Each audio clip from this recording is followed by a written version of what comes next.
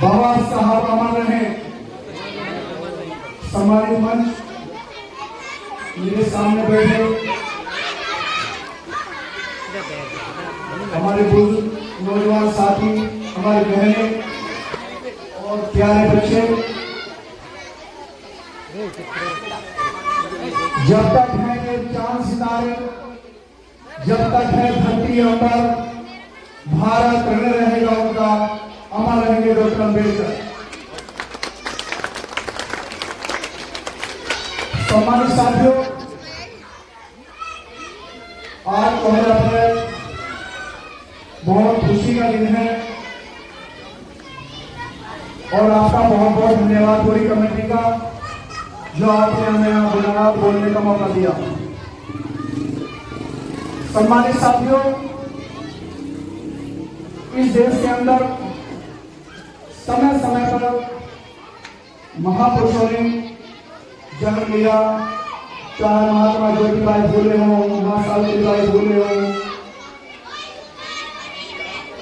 Doctor Ambedkar साहब, माननीय काशीराम साहब, लेकिन डॉक्टर बी.आर. अम्बेडकर साहब, जिन्होंने अपना पूरा जीवन, जो हजारों साल से जो गुलामी की जिंदगी, बोलने का भी अधिकार नहीं था, आगे मटका पीछे खाना, देश में इतने अन्याय की जिंदगी, लेकिन एक सूरज जो 14 अप्रैल को जन्म लिया देश के अंदर, तेजी, बहुत तेजी, उन्होंने हजारों साल की गुलामी की जंजीरें तोड़ी, शिक्षा में भारत में, दुनिया में भी उनसे ज्यादा शिक्षित पढ़ा लिखा कोई व्यक्ति नहीं। उन्होंने संघर्ष किया उस दौर में पढ़ाई लिखाई की, जब जातिवादी मानसिकता इतने बड़े चरम पर थी कि स्वर्ण जाति के लोग सब अंदर बैठे, लेकिन बाबा साहब बाहर गेट पर बैठकर उन्हें पढ़ाई गई और इतिहास रच दिया और उस गरीबों शोषितों पिछड़ों के लिए, हर उस मजलूम के लिए वो इतिहास रच गए कि अगर यहाँ प्रिया दत्त जन्म भी लेना तो उनके 1% बराबर नहीं हो सकते। उन्होंने अपने 4 बच्चे कुर्बान कर दिए समाज का हक अधिकार दिलाने के लिए। लेकिन साथियों,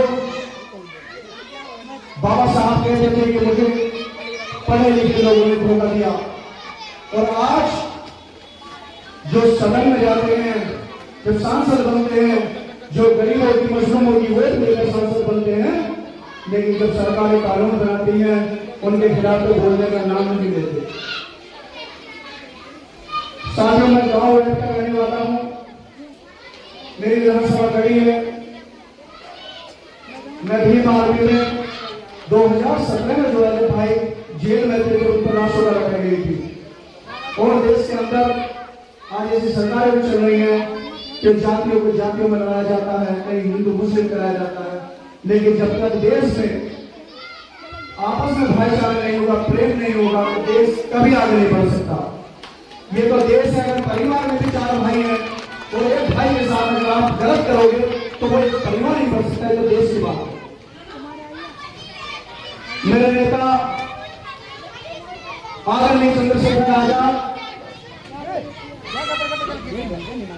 2015 में भीम आर्मी के नाम संगठन बनाते हैं, और जो कहीं भी गरीब मजलूमों पर जुल्म देश में होता है, वो अपनी जान की परवाह न करते हुए उनको हक इंसाफ दिलाने के लिए रात दिन 60% संघर्ष किया।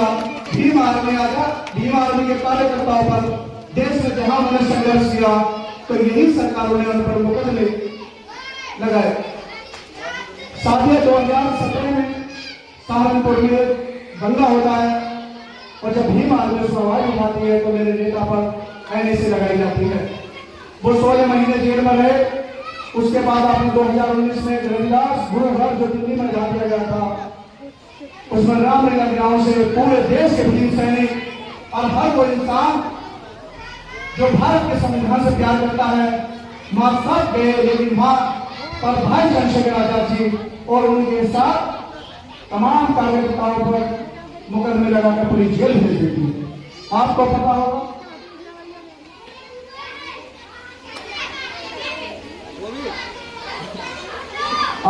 होगा साथियों कि कहीं जो जाति होती है वो आवाज उठाते हैं, लेकिन साथियों अगर बाबा साहब थे तो आज हम हैं। और मैं जो बोल रहा हूं ना, ये बाबा साहब ने संविधान लिखा है ना, ये उसी की ताकत है। अगर इसी संविधान को कोई और लिखता तो ये देश में पता ना गरीब पिछड़े मुसलमान या वो हर शख्स न्याय पसंद जो है कि मूल निवासी है, जरा उनके साथ क्या क्या जुल्म जाती होती। बहुत अच्छा लगा 14 अप्रैल पर कई गांवों में प्रोग्राम है, प्रधान जी, और बहुत हर्षोल्लास के साथ 14 अप्रैल मनाया दिन मनानी भी चाहिए, क्योंकि अगर बाबा साहब थे तो आज ये बच्चियां या आज हम खड़े हैं कहीं या कहीं भी कोई जुल्म होता है, कोई अगर आप हक से जाते किसी थाने पर एकदम मुकदमा दर्ज करो, सब बाबा साहब के लिए हैं। तो बाबा साहब का संविधान, बाबा साहब के विचार हमें नहीं मरने देने हैं। और सबको जैसे बाबा साहब ने कुर्बानी दी, हमें भी कुछ न कुछ कुर्बानी का समय अपने जीवन में से निकालना चाहिए, क्योंकि समाज को इंसाफ दिलाने के लिए देखिए बड़ी खुशी हुई जब यहाँ पर आप बच्चों के रिजल्ट दे रहे थे, बाबा साहब की तस्वीर है, तो बहुत अच्छा लगा। ये बहुत कम गाँव में है कि जो क्लियर है तो बिल्कुल सामने है कि बाबा साहब की विचारधारा है। तो साथियों, मैं एक बार अगली बार जब आऊँ गाँव में, प्रधान जी, एक बार समय लूंगा, जो चाहे क्षमा चाहूँगा, क्योंकि मुझे एक बार गांव में आना है, लेकिन तब मैं अपनी राजनीतिक पार्टी के उद्देश्य से आऊँगा, सदस्यता दिलाने आऊँगा। आज बाबा साहब का प्रोग्राम है, बाबा साहब सब जो है, राजनीतिक कोई बात नहीं। तो मैं सबका पुनः शुक्रिया अदा करता हूँ जो आपने मान सम्मान दिया। जय भीम, जय भारत, जय संविधान।